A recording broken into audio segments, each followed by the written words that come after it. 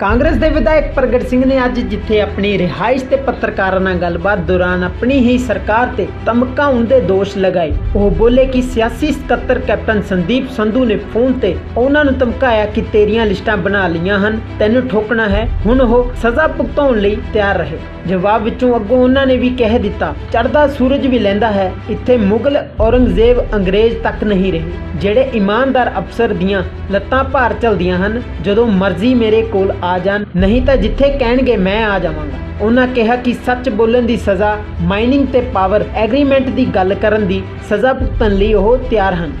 ਸਭ ਤੋਂ ਪਹਿਲਾਂ ਤਾਂ ਯਾਰ ਮੈਂ ਮਾਫੀ ਚਾਹੁੰਦਾ ਤੁਹਾਡੀ ਇਨਕਨਵੀਨੀਅੰਸ ਲਈ, ਕਿਉਂਕਿ ਮੈਂ ਇੱਕ ਦੋ ਜਗ੍ਹਾ ਟਰਾਈ ਕੀਤਾ ਸੀ, ਪਰ ਕੋਵਿਡ ਕਰਕੇ ਆਪਾਂ ਨੂੰ ਉਹਦੇ ਪ੍ਰੋਟੋਕਾਲ ਜਿਹੜੇ ਉਹ ਪੂਰੇ ਕਰਨੇ ਪੈਣੇ ਆ।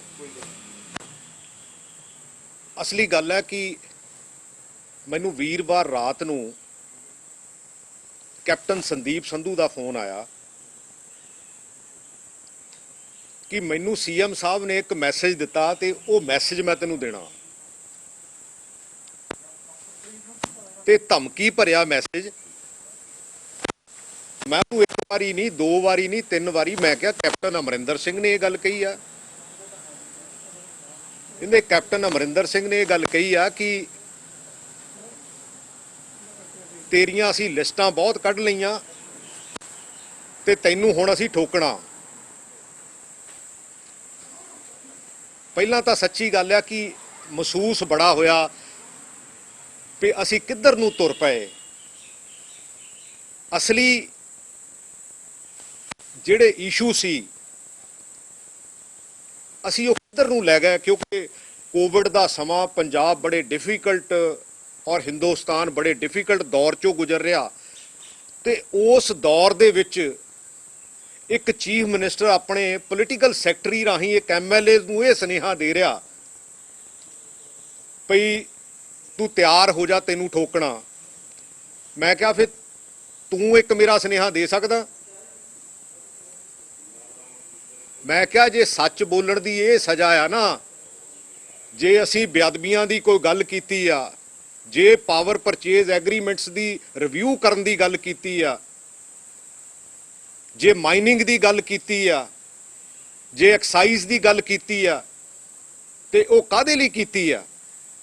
ਉਹ ਇਸ ਕਰਕੇ ਕੀਤੀ ਆ ਵੀ ਪੰਜਾਬ ਦੀ ਇਕਨੋਮੀ ਠੀਕ ਹੋ ਜਾਵੇ, ਪੰਜਾਬ ਦਾ ਸੋਸ਼ਲ ਕਲਚਰ ਠੀਕ ਹੋ ਜਾਵੇ।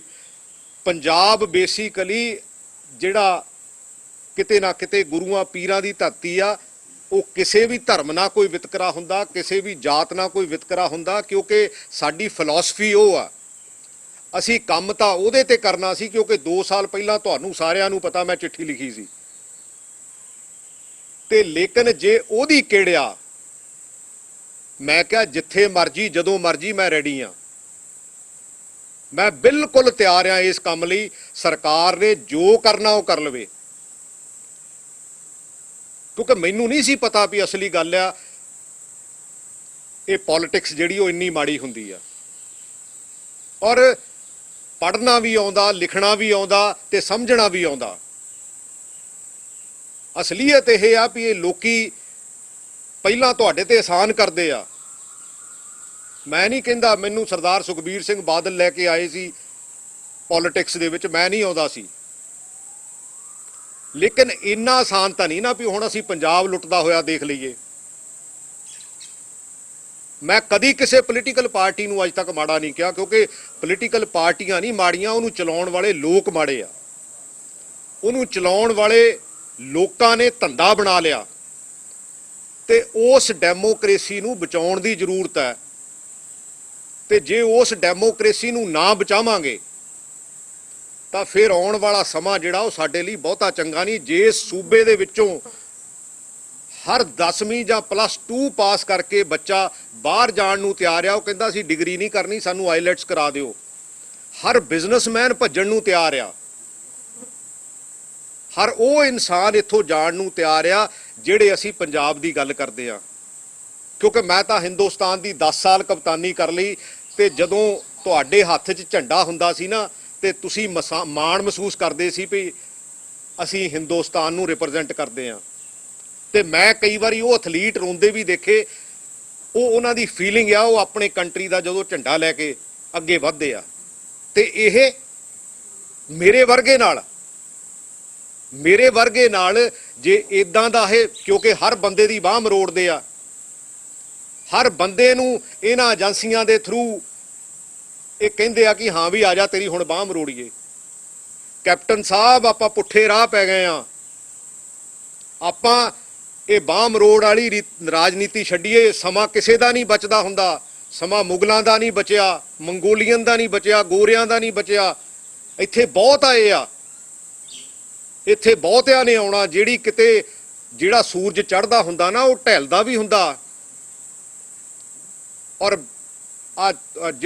ਜਿੰਨੀਆਂ ਏਜੰਸੀਜ਼ ਹੈਗੀਆਂ, ਕਿਉਂਕਿ ਸਰਕਾਰਾਂ ਤਾਂ ਆਉਂਦੀਆਂ ਜਾਂਦੀਆਂ ਰਹਿੰਦੀਆਂ, ਤੇ ਅਫਸਰ ਉਹ ਆਵੇ ਜਿਹੜਾ ਸਾਫ਼ ਸੁਥਰਾ ਹੋਵੇ, ਜਿਹਦੀਆਂ ਲੱਤਾਂ ਭਾਰ ਚੱਲਦੀਆਂ ਹੋਣ, ਉਹ ਮੇਰੇ ਵੱਲ ਆ ਜਾਵੇ, ਜਦੋਂ ਮਰਜ਼ੀ ਆ ਜਾਵੇ, ਜਾਂ ਮੈਨੂੰ ਕਾਲ ਕਰ ਲਵੇ, ਮੈਂ ਚਲੇ ਜਾਣਾ ਉੱਥੇ।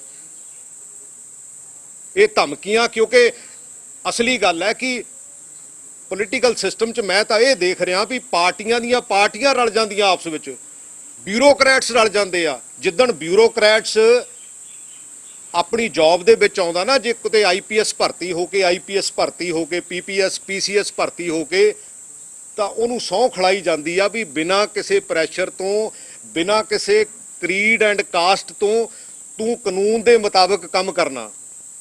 ਇੰਸਟੀਟਿਊਸ਼ਨਸ ਬਰਬਾਦ ਕਰ ਦਿੱਤੇ ਇਹਨਾਂ ਲੋਕਾਂ ਨੇ। ਜਦੋਂ ਇੰਸਟੀਟਿਊਸ਼ਨਸ ਬਰਬਾਦ ਕਰ ਦਿੱਤੇ, ਮੈਂ ਕਹਿੰਦਾ ਪੋਲੀਟੀਕਲ ਬੰਦਾ ਤਾਂ ਆਪਾਂ ਨੂੰ ਸਾਰਿਆਂ ਨੂੰ ਗੱਲ ਸਮਝ ਆ ਗਈ, ਲੇਕਿਨ ਬਿਊਰੋਕਰੈਟ ਤਾਂ ਇੱਕ ਪੋਸਟਿੰਗ ਕਰਕੇ ਇਹਨਾਂ ਦੀਆਂ ਕਠਪੁਤਲੀਆਂ ਬਣ ਗਈਆਂ। ਮੈਂ ਨਹੀਂ ਕਹਿੰਦਾ ਇਮਾਨਦਾਰ ਹੈ ਨਹੀਂ, ਵਿੱਚ ਹੈਗੇ ਆ, ਲੇਕਿਨ ਵਰਤਦੇ ਉਹੋ ਜਿਹਾ ਨੂੰ ਆ ਜਿਹੜੇ ਕਿ ਇਹਨਾਂ ਦੇ ਵਿੱਚ ਵੀ ਬਲੈਕ ਸ਼ੀਪਸ ਆ। ਸੁੱਖੀ ਰੰਧਾਵੇ ਨੇ ਕੱਲ ਸਟੇਟਮੈਂਟ ਦਿੱਤੀ ਆ। ਚੰਨੀ ਦੇ ਵੀ ਅੱਜ ਜਿਹੜੇ ਚਰਨਜੀਤ ਸਿੰਘ ਚੰਨੀ ਆ, ਉਹਨਾਂ ਦੇ ਅਗੇਂਸਟ ਵੀ ਅੱਜ ਖਬਰ ਪਲਾਂਟ ਕਰਾਈ ਗਈ। ਜੇ ਇਹੀ ਗੱਲਾਂ ਅਸੀਂ ਕਦੋਂ ਕੈਪਟਨ ਅਮਰਿੰਦਰ ਸਿੰਘ ਨੂੰ ਲਾਉਣ ਤੁਰ ਪਏ ਸੀ? ਅਸੀਂ ਕਦੋਂ ਕਿਹਾ ਸੀ? ਲੇਕਿਨ ਜੇ ਇਹ ਸੱਚ ਦੀ ਸਜ਼ਾ ਦੇਣੀ ਚਾਹੁੰਦੇ ਆ ਤਾਂ ਫਿਰ ਜ਼ਰੂਰ ਜਿੱਥੇ ਮਰਜੀ, ਜਦੋਂ ਮਰਜੀ, ਜਿੱਥੇ ਮਰਜੀ ਆ ਜਾਣ। ਇਹਨਾਂ ਲੋਕਾਂ ਨੇ, ਕਿਉਂਕਿ ਮੈਂ ਤਾਂ ਸਿਰਫ ਇੱਕੋ ਹੀ ਗੱਲ ਕਰਦਾ ਹੁੰਨਾ ਵੀ ਆਪਾਂ ਕੰਮ ਕਰ ਲਈਏ, ਆਪਾਂ ਇੰਸਟੀਟਿਊਸ਼ਨਸ ਰਹਿਣ ਦਈਏ, ਲੇਕਿਨ ਨਾ। ਔਰ ਉਹ ਜਿਹੜਾ ਵਿਜੀਲੈਂਸ ਦਾ ਡੀਜੀਪੀ ਆ ਭਰਤਿੰਦਰ ਚਹਿਲ, ਕਿਉਂਕਿ ਹੁਣ ਤੁਸੀਂ ਮੈਨੂੰ ਇਹ ਕਹੋਗੇ ਵੀ ਹਾਂ ਵੀ ਡੀਫੈਕਟੋ ਉਹੀ ਆ, ਉਹੀ ਹੀ ਬੇਸਿਕਲੀ ਇਹ ਤਾਣਾ ਬਾਣਾ ਮੁੜਦਾ। ਔਰ ਮੈਨੂੰ ਸਾਰਾ ਕੁਝ, ਮੈਨੂੰ ਗੱਲ ਸਮਝ ਵੀ ਹੈਗੀ ਆ, ਮੇਰਾ ਦਿਮਾਗ ਵੀ ਚੱਲਦਾ, ਤੇ ਮੈਨੂੰ ਲਿਖਣਾ ਵੀ ਆਉਂਦਾ, ਮੈਨੂੰ ਪੜ੍ਹਨਾ ਵੀ ਆਉਂਦਾ, ਤੇ ਮੇਰੇ 'ਚ ਗਟਸ ਵੀ ਹੈਗੇ ਆ ਕਿ ਪੰਜਾਬ ਨੂੰ ਕਿੱਦਾਂ ਡਿਫੈਂਡ ਕਰਨਾ। ਮੈਂ ਤਾਂ ਅਸਲੀ ਗੱਲ ਆ, ਤੁਹਾਡੇ ਨਾਲ ਪਿਛਲੀ ਵਾਰੀ ਜਦੋਂ ਪ੍ਰੈਸ ਕਾਨਫਰੰਸ ਕੀਤੀ ਸੀ, ਮੈਂ ਤੁਹਾਨੂੰ ਕਿਹਾ ਸੀ ਵੀ ਆਪਾਂ 5-7-10 ਦਿਨਾਂ ਤਾਈਂ ਮਿਲਾਂਗੇ, ਪਰ ਮਿਲਣਾ ਤਾਂ ਕਿਸੇ ਹੋਰ ਟੌਪਿਕ ਤੇ ਸੀ। ਅਸਲੀ ਗੱਲ ਆ, ਮਿਲਣਾ ਕਿਸੇ ਹੋਰ ਟੌਪਿਕ ਤੇ ਸੀ, ਪਰ ਇਹ ਤਾਂ ਵਿੱਚ ਟੌਪਿਕ ਹੀ ਹੋਰ ਲੈ ਆਂਦਾ। ਉਹ ਵੀ ਮੈਂ ਤੁਹਾਨੂੰ ਕਿਸੇ ਦਿਨ, ਕਿਉਂਕਿ ਆਪਾਂ 2-4 ਦਿਨਾਂ ਬਾਅਦ ਮਿਲਦੇ ਰਿਹਾ ਕਰਾਂਗੇ, ਕਿਉਂਕਿ ਲੜਾਈ ਅਸੂਲਾਂ ਦੀ ਆ, ਲੜਾਈ ਉਹਨਾਂ ਕਦਰਾਂ ਕੀਮਤਾਂ ਦੀ ਜਿਹੜੀ ਲੜਾਈ ਪੰਜਾਬ ਲਈ ਆ। ਜੇ ਨਹੀਂ ਲੜਾਂਗੇ ਤਾਂ ਫਿਰ, ਜੇ ਤਾਂ ਤੁਸੀਂ ਵੀ ਮੈਨੂੰ ਦੱਸ ਦਿਓ ਵੀ ਜੇ ਤਾਂ ਇਹ ਸਿਸਟਮ ਬਹੁਤ ਚੰਗਾ ਚੱਲਦਾ, ਫਿਰ ਤਾਂ ਮੈਂ ਵੀ ਤੁਹਾਡੇ ਕੋਲੋਂ ਮਾਫੀ ਮੰਗ ਲਵਾਂਗਾ ਕਿ ਭਾਈ ਮੇਰੇ ਕੋਲੋਂ ਗਲਤੀ ਹੋ ਗਈ। ਲੇਕਿਨ ਜੇ, ਕਿਉਂਕਿ ਡੈਮੋਕ੍ਰੇਸੀ ਦੇ ਜਿਹੜੇ ਚਾਰੇ ਥੰਮ ਹੈ, ਜੇ ਚਾਰੇ ਪਿੱਲਰ ਆ, ਪੱਤਰਕਾਰ ਵੀ ਵਿੱਚ ਬਹੁਤ ਚੰਗੇ ਹੈਗੇ ਆ, ਹਰ ਫੀਲਡ ਦੇ ਵਿੱਚ ਬਹੁਤ ਚੰਗੇ ਬੰਦੇ ਆ, ਲੇਕਿਨ ਅਸਲੀ ਗੱਲ ਹੈ ਹੌਲੀ ਹੌਲੀ ਇਹਨਾਂ ਨੇ ਡਿਮੋਲਿਸ਼ ਕਰਨ ਦੀ ਕਸਰ ਕੋਈ ਨਹੀਂ ਛੱਡੀ। ਕਿੰਨੇ ਪੈਸੇ ਚਾਹੀਦੇ ਆ ਬੰਦੇ ਨੂੰ ਜ਼ਿੰਦਗੀ ਜੀਣ ਲਈ? ਮੈਨੂੰ ਲੱਗਦਾ ਸਾਨੂੰ ਇਹ ਨਹੀਂ ਪਤਾ ਲੱਗ ਸਕਿਆ ਅੱਜ ਤੱਕ ਵੀ ਸਾਨੂੰ ਜ਼ਿੰਦਗੀ ਜੀਣ ਲਈ ਪੈਸੇ ਕਿੰਨੇ ਚਾਹੀਦੇ ਆ। ਆਹ ਕੋਵਿਡ ਵਰਗੀ ਮਹਾਮਾਰੀ ਦੇ ਵਿੱਚ ਇਹੋ ਜਿਹੇ ਬੰਦੇ ਚਲੇ ਗਏ ਜਿਨ੍ਹਾਂ ਬਾਰੇ ਕਦੀ ਸੋਚਿਆ ਨਹੀਂ ਸੀਗਾ, ਜਿਨ੍ਹਾਂ ਬਾਰੇ ਮਹਿਸੂਸ ਕਰਦੇ ਆ, ਲੇਕਿਨ ਮਹਿਸੂਸ ਬੜਾ ਹੋਇਆ ਮੈਨੂੰ। ਮੈਂ 1-2 ਦਿਨ ਤਾਂ ਸੱਚੀ ਗੱਲ ਹੈ ਇੰਨਾ ਕੁ ਅਪਸੈਟ ਰਿਹਾ, ਮੈਂ ਕਿਹਾ ਯਾਰ ਆਹ ਦਿਨ ਮੇਰੇ ਵਰਗੇ ਨੂੰ ਦੇਖਣੇ ਪੈਣਗੇ, ਆਹ ਦਿਨ ਮੇਰੇ ਵਰਗੇ ਬੰਦੇ ਨੂੰ, ਕਿਉਂਕਿ ਕਦੀ ਪ੍ਰੋਟੋਕਾਲ ਤੋਂ ਬਾਹਰ ਨਹੀਂ ਗਿਆ, ਕਦੀ ਕੋਸ਼ਿਸ਼ ਕੀਤੀ ਆ ਵੀ ਹਾਂ ਵੀ ਸਿਸਟਮ ਦੇ ਵਿੱਚ ਰਹਿ ਕੇ ਜਿੰਨਾ ਕੁ ਵੀ ਸੁਧਾਰ ਕਰ ਸਕਦੇ, ਕਿਉਂਕਿ ਮੈਂ ਇਹ ਨਹੀਂ ਕਹਿੰਦਾ ਕਿ ਅਸੀਂ ਸਾਰਿਆਂ ਨੂੰ ਸੁਧਾਰ ਕਰ ਸਕਦੇ ਆ, ਲੈਟ ਅਸ ਮੇਕ ਏ ਟੀਮ, ਲੈਟ ਅਸ ਮੇਕ ਏ ਪੰਜਾਬ ਮੂਵਿੰਗ। ਇਹ ਲੋਕਾਂ ਦੀ ਕਚਹਿਰੀ ਆ, ਲੋਕਾਂ ਨੂੰ ਬਦਲਣਾ ਪਊਗਾ, ਸੋਚ ਬਦਲਣੀ ਪਊਗੀ। ਪਿੰਡਾਂ ਦੇ ਪਿੰਡ ਇਹਨਾਂ ਲੋਕਾਂ ਨੇ ਧੜਿਆਂ 'ਚ ਵੰਡ ਕੇ ਰੱਖ ਦਿੱਤੇ ਤੇ ਆਪ ਸ਼ਾਮ ਨੂੰ ਇਕੱਠੇ ਹੀ ਆ।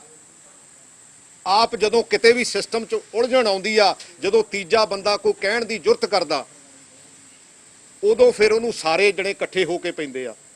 ਨਵਜੋਤ ਸਿੰਘ ਸਿੱਧੂ ਜੇ 2 ਸਾਲ ਪਹਿਲਾਂ ਜੇ ਇਹਨਾਂ ਕੋਲ ਉਹਦੇ ਅਗੇਂਸਟ ਇੰਨਾ ਮਟੀਰੀਅਲ ਹੈ ਤਾਂ ਫਿਰ 2 ਸਾਲ ਵੀ ਕਿਉਂ ਰੱਖਿਆ? ਵਿਜੀਲੈਂਸ ਦਾ ਇੱਕ ਐਕਸੀਅਨ ਦੇ ਉੱਤੇ 1200 ਕਰੋੜ ਦਾ ਪਰਚਾ ਦਰਜ ਕਰਤਾ। ਤੁਸੀਂ ਸਾਰੇ ਸਿਆਣੇ ਹੋ, ਇੱਕ ਵਿਜੀਲੈਂਸ ਆਫੀਸਰ ਜਿਹੜਾ ਸਿਸਟਮ ਜਿਹੜਾ ਉਹ ਇੱਕ ਐਕਸੀਅਨ ਤੇ 1200 ਕਰੋੜ ਦਾ ਪਰਚਾ ਦਰਜ ਕਰਦਾ, ਇਹਦਾ ਮਤਲਬ ਉਹਦੇ ਅੱਗੇ ਪਿੱਛੇ ਕੋਈ ਹੈ ਨਹੀਂਗਾ। ਫਿਰ ਇਹੋ ਜਿਹਾ ਸਿਸਟਮ ਤੋਂ ਆਪਾਂ ਲੈਣਾ ਕੀ ਆ? ਇਰੀਗੇਸ਼ਨ ਦੀ ਫਾਈਲ ਪਿਛਲੇ 4 ਸਾਲਾਂ 'ਚ, 4.25 ਸਾਲਾਂ 'ਚ ਉਹ ਕਿੱਥੇ ਤੁਰੀ ਫਿਰਦੀ ਆ? ਮੈਨੂੰ ਗੱਲ ਸਮਝ ਹੈਗੀ ਆ, ਕਿਉਂਕਿ ਉਹਦੇ ਵਿੱਚ ਵੱਡੀਆਂ ਬੱਚੀਆਂ ਕਦੀ ਉਹਨੂੰ ਸੱਜੇ ਨੂੰ ਕਰ ਲੈਂਦੇ ਆ, ਕਦੀ ਖੱਬੇ ਨੂੰ ਕਰ ਲੈਂਦੇ ਆ, ਕਦੀ ਕਿਸੇ ਪਾਸੇ ਨੂੰ ਕਰ ਲੈਂਦੇ ਆ, ਕਦੀ ਕਿਸੇ ਪਾਸੇ ਨੂੰ ਕਰ ਲੈਂਦੇ ਆ। ਇਸ ਕਰਕੇ ਕਪਤਾਨ ਸਾਹਿਬ, ਮੈਂ ਵੀ ਹਿੰਦੁਸਤਾਨ ਦਾ ਕੈਪਟਨ ਰਿਹਾ ਹਾਂ ਹਾਕੀ ਦਾ, ਲੇਕਿਨ ਮੈਂ ਇੱਜ਼ਤ, ਕਿਉਂਕਿ ਬੇਸਿਕ ਮੇਰੀ ਪ੍ਰੋਬਲਮ ਕਿੱਥੇ ਆ ਕਿ ਮੈਂ ਕਦੀ ਪ੍ਰੋਟੋਕਾਲ ਨਹੀਂ ਤੋੜਦਾ, ਮੈਂ ਕਦੀ ਡਿਸਰਿਸਪੈਕਟ ਕਿਸੇ ਨੂੰ ਸ਼ੋ ਨਹੀਂ ਕਰਦਾ। ਮੈਨੂੰ ਇਹ ਆਸ ਸੀ, ਸੱਚੀ ਗੱਲ ਆ, 2017 'ਚ ਵੀ ਇਹ ਕੈਪਟਨ ਅਮਰਿੰਦਰ ਸਿੰਘ ਦੀ ਲਾਸਟ ਇਨਿੰਗ ਆ ਤੇ ਇਹ ਪੰਜਾਬ ਲਈ ਕੁਛ ਨਾ ਕੁਛ ਚੰਗਾ ਕਰਕੇ ਜਾਣਗੇ। ਪਰ ਅਫਸੋਸ ਹੈ ਅਸੀਂ ਪੁੱਠੇ ਰਾਹ ਪਾ ਲਿਆ। ਕਿਤੇ ਬੈਠ ਕੇ ਇਕੱਲੇ, ਮੈਂ ਕੈਪਟਨ ਅਮਰਿੰਦਰ ਸਿੰਘ ਨੂੰ ਕਹਿਣਾ ਚਾਹੁੰਦਾ, ਕਿਤੇ ਬੈਠ ਕੇ ਇਕੱਲੇ ਕਮਰੇ 'ਚ ਸ਼ੀਸ਼ੇ 'ਚ ਬੈਠ ਕੇ ਸੋਚਿਓ ਤਾਂ ਸਹੀ ਵੀ ਮੈਂ ਕਰ ਕੀ ਰਿਹਾ। ਇਹ ਤਾਂ ਨਹੀਂ ਆ ਕਿਤੇ ਆਲੇ ਦੁਆਲੇ ਜਿਹੜੀ ਕੋਟਰੀ ਇਕੱਠੀ ਹੋਈ ਆ ਉਹ ਤੁਹਾਨੂੰ ਕਿਸੇ ਤਰ੍ਹਾਂ ਦੀ ਮਿਸਗਾਈਡ ਕਰ ਰਹੀ ਆ। ਪੰਜਾਬ ਲਈ ਕਰ ਕੀ ਰਹੇ ਹੋ? ਮੈਨੂੰ ਤਾਂ ਇਹ ਵੀ ਪਤਾ ਵੀ ਕੌਣ ਕੌਣ ਕਿੱਥੇ ਕਿੱਥੇ ਮਿਲਿਆ। ਮੈਂ ਤਾਂ ਚੁੱਪ ਸੀ, ਮੈਂ ਕਿਹਾ ਛੱਡੋ, ਕਿਉਂਕਿ ਆਪਾਂ ਇਹਨਾਂ ਕੰਮਾਂ 'ਚੋਂ ਕੀ ਲੈਣਾ, ਆਪਣਾ ਰੋਲ ਪਲੇ ਕਰੀਏ। ਕਿਉਂਕਿ ਮੈਂ ਬੀਂਗ ਏ ਖਿਡਾਰੀ, ਮੈਂ ਹਮੇਸ਼ਾ ਇਹ ਕਹਿੰਦਾ ਹੁੰਦਾ ਕਿ ਜਦੋਂ ਟੀਮ ਚੰਗੀ ਹੋ ਜਾਊਗੀ ਤਾਂ ਹੌਲੀ ਹੌਲੀ ਉਹਦੇ ਰਿਜ਼ਲਟ ਚੰਗੇ ਹੋਣਗੇ, ਪਰ ਆਪਣੀ ਜ਼ਿੰਮੇਵਾਰੀ ਨਿਭਾਓ। ਲੇਕਿਨ ਜਦੋਂ ਮੇਰੇ ਵਰਗੇ ਬੰਦੇ ਨੂੰ ਜੇ ਇਹ ਧਮਕੀ ਦਿੰਦੇ ਆ ਤਾਂ ਫਿਰ ਮੇਰਾ ਖਿਆਲ ਹੈ ਵੀ ਲੜਨ ਤੋਂ ਇਲਾਵਾ ਸਾਡੇ ਕੋਲ ਚਾਰਾ ਕੋਈ ਨਹੀਂ ਹੈ। ਔਰ ਉਸ ਲੜਾਈ ਦੇ ਵਿੱਚ ਇਹ ਜਿੱਥੇ ਮਰਜ਼ੀ ਚਲੇ ਜਾਣ, ਜਿੱਦਾਂ ਮਰਜ਼ੀ ਕਰ ਲੈਣ, and I am very open. Thank you very much. ਅਸੀਂ ਅੱਜ ਤੱਕ ਕਦੀ ਰਿਐਲਿਟੀ ਇਹ ਆ, ਮੈਂ ਤੇ ਨਵਜੋਤ ਸਿੰਘ ਸਿੱਧੂ ਨੇ ਕਦੀ ਗਰੁੱਪ ਨਹੀਂ ਬਣਾਇਆ। ਅੱਜ ਤੱਕ ਨਵਜੋਤ ਸਿੱਧੂ ਦੀ ਵੀ 14-16 ਸਾਲ ਦੀ ਰਾਜਨੀਤੀ ਆ, ਉਹਦੇ ਨਾਲ ਕਦੀ ਕੋਈ ਗਰੁੱਪ ਬਣਿਆ। ਜਦੋਂ ਅਸੀਂ ਇੱਕ ਟੀਮ 'ਚ ਆ ਗਏ, ਅਸੀਂ ਕਾਂਗਰਸ ਦੀ ਟੀਮ 'ਚ ਆ ਗਏ, ਤੇ ਇਹ ਕਾਹਦਾ ਗਰੁੱਪ ਹੋਇਆ? ਉਹਦੇ ਵਿੱਚ ਅਸੀਂ, ਮੈਂ ਤਾਂ ਇੱਥੋਂ ਤੱਕ ਵੀ ਆ, ਮੈਂ ਕਦੀ ਇਦਾਂ ਦੀ ਗੱਲ ਹੀ ਨਹੀਂ ਕਰਦਾ। ਮੈਂ ਪਹਿਲਾਂ ਅੰਦਰ ਬਹਿ ਕੇ ਗੱਲ ਕਰਦਾ, ਫਿਰ ਜੇ ਕੋਈ ਨਹੀਂ ਸੁਣਦਾ ਤਾਂ ਫਿਰ ਮੈਂ ਲਿਖ ਕੇ ਕਰਦਾ, ਫਿਰ ਜੇ ਲਿਖ ਕੇ ਵੀ ਨਹੀਂ ਸੁਣਦਾ ਫਿਰ ਮੈਂ ਫਿਰ ਬੇਨਤੀ ਕਰਦਾ ਵੀ ਨਾ ਆਪਾਂ ਪੰਜਾਬ ਦਾ ਨੁਕਸਾਨ ਨਾ ਕਰੀਏ। ਜੇ ਆਹ ਚੀਜ਼ਾਂ ਕਰਨ ਵਾਲੀਆਂ ਹੈਗੀਆਂ ਇਹਨੂੰ ਕਰ ਲਈਏ, ਤੇ ਜੇ ਉਹਦੇ ਬਾਵਜੂਦ ਵੀ ਤੇ ਫਿਰ ਕਿਤੇ ਜਾ ਕੇ ਮੈਂ ਮੀਟਿੰਗ 'ਚ ਇਹ ਗੱਲ ਕਹਿਣਾ ਵੀ ਆਹ ਇਸ਼ੂਜ਼ ਹੈਗੇ ਆ and these are the points. ਕਿਉਂਕਿ ਹੋ ਸਕਦਾ ਬਹੁਤੇ ਐਮਐਲਏਆਂ ਨੂੰ ਇਸ ਸਿਸਟਮ ਦੀ ਨਾ ਸਮਝ ਆਉਂਦੀ ਹੋਵੇ, ਲੇਕਿਨ ਸਮਝ ਇਸ ਗੱਲ ਦੀ ਤਾਂ ਆਉਂਦੀ ਆ ਨਾ ਵੀ ਅਸੀਂ ਜਾ ਕਿੱਧਰ ਨੂੰ ਰਹੇ ਆ। ਤੇ ਜੇ ਉਹਨੂੰ ਵੀ ਟਾਰਗੇਟ ਕੀਤਾ ਜਾਂਦਾ ਤਾਂ ਫਿਰ ਤਾਂ ਵੈਲਕਮ ਹੈ, ਜੋ ਮਰਜ਼ੀ ਕਰਨਾ ਇਹਨੇ ਕਰ ਲੈਣ। ਨਹੀਂ, ਹਾਈ ਕਮਾਂਡ ਨੂੰ ਤਾਂ ਮੈਨੂੰ ਲੱਗਦਾ ਗੱਲ ਪਤਾ ਲੱਗ ਹੀ ਗਈ ਹੋਣੀ ਆ ਜਾਂ ਲੱਗ ਜਾਊਗੀ। ਨਹੀਂ, ਮੈਨੂੰ ਕਹਿੰਦੇ ਗੱਲ ਬੜੀ ਕਲੀਅਰ ਆ। ਮੈਂ ਕਿਹਾ ਪਹਿਲਾਂ ਤਾਂ ਮੈਂ ਥੋੜਾ ਜਿਹਾ ਇਹ ਫੀਲ ਕੀਤਾ ਵੀ ਯਾਰ ਇਹ ਗੱਲ ਵੀ ਹੋ ਸਕਦੀ ਆ। ਮੈਂ ਕਿਹਾ ਕੈਪਟਨ ਅਮਰਿੰਦਰ ਸਿੰਘ ਨੇ ਕਿਹਾ, ਹੀ ਸੈਡ ਕਿ ਹਾਂ ਕੈਪਟਨ ਅਮਰਿੰਦਰ ਸਿੰਘ ਨੇ ਕਿਹਾ। PTA ਨਿਊਜ਼ ਦੇ ਲਈ ਚੰਡੀਗੜ੍ਹ ਤੋਂ ਹਰਮਨ ਮੀਆਂਪੁਰੀ ਦੀ ਰਿਪੋਰਟ।